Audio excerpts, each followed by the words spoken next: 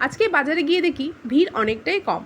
আজকে chilli chicken আর fried rice করবো বলে মাংস আর চাল কিনে নিয়ে বাড়ি চলে এলাম। চিলি চিকেনের রেসিপি অলরেডি আমার চ্যানেলে শেয়ার করা আছে। তারপরে চালটাকে ধুয়ে 1 ঘন্টা ভিজিয়ে রেখেছি।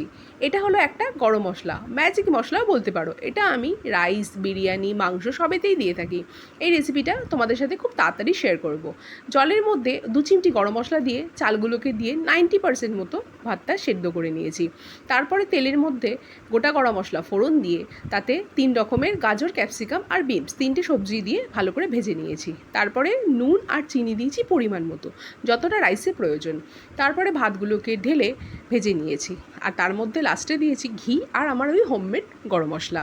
এটাকেই দিয়ে নাবিয়ে নিয়েছি নেড়ে চেড়ে। তাহলেই রেডি হয়ে গেল ফ্রাইড রাইস। আর এটা চিলি চিকেনের সাথে খুব ভালো লাগে। ভিডিওটি যদি ভালো লেগে থাকে তাহলে আমার চ্যানেলটি লাইক, শেয়ার, সাবস্ক্রাইব করার অনুরোধ রইল।